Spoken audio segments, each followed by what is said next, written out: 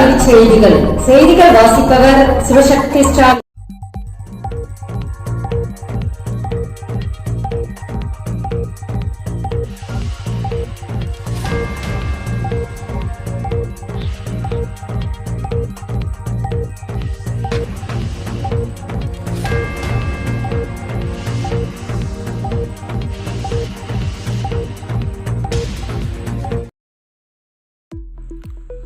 UGC net மறுதேர்வு கால அட்டவணை வெளியீடு.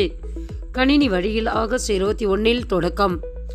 முறைகேடு புகார்களால் ரத்து செய்யப்பட்ட யுஜிசி நெட் மறுதேர்வுக்குரிய விரிவான கால அட்டவணையை NTA வெளியிட்டுள்ளது.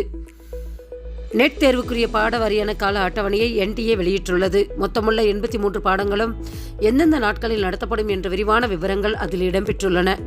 மேலும் விவரங்களுக்கு www.nta.ac.in என்ற இணையதளத்தை பார்க்கலாம்.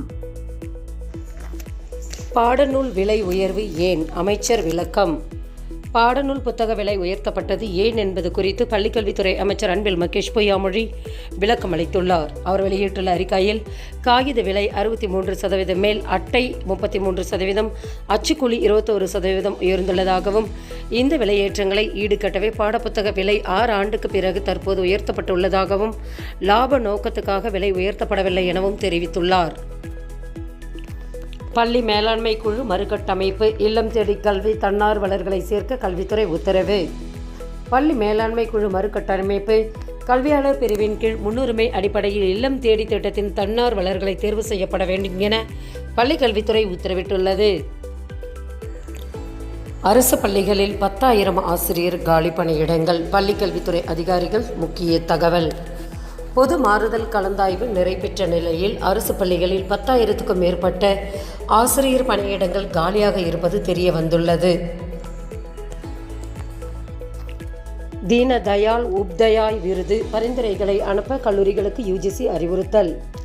தீன தயாள் உபாத்யாய் தொலைத்தொடர்பு சிறப்பு விருதுகளுக்கு உயர்கல்வி நிறுவனங்கள் தகுதியான பரிந்துரைகளை அனுப்புமாறு யுஜிசி அறிவுறுத்தியுள்ளன.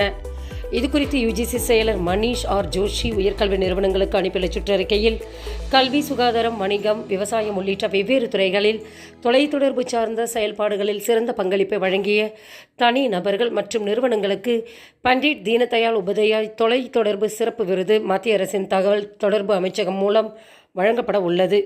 இதுகுறித்து பல்கலைக்கழகங்கள், தொழில்நுட்ப கல்வி நிறுவனங்கள் தங்களது ஆசிரியர்கள், மாணவர்கள், ஆராய்ச்சியாளர்களுக்கு தெரிவுபடுத்த வேண்டும்.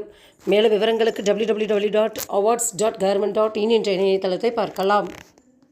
செய்திகள் நிறைவடைந்தன. வணக்கம்.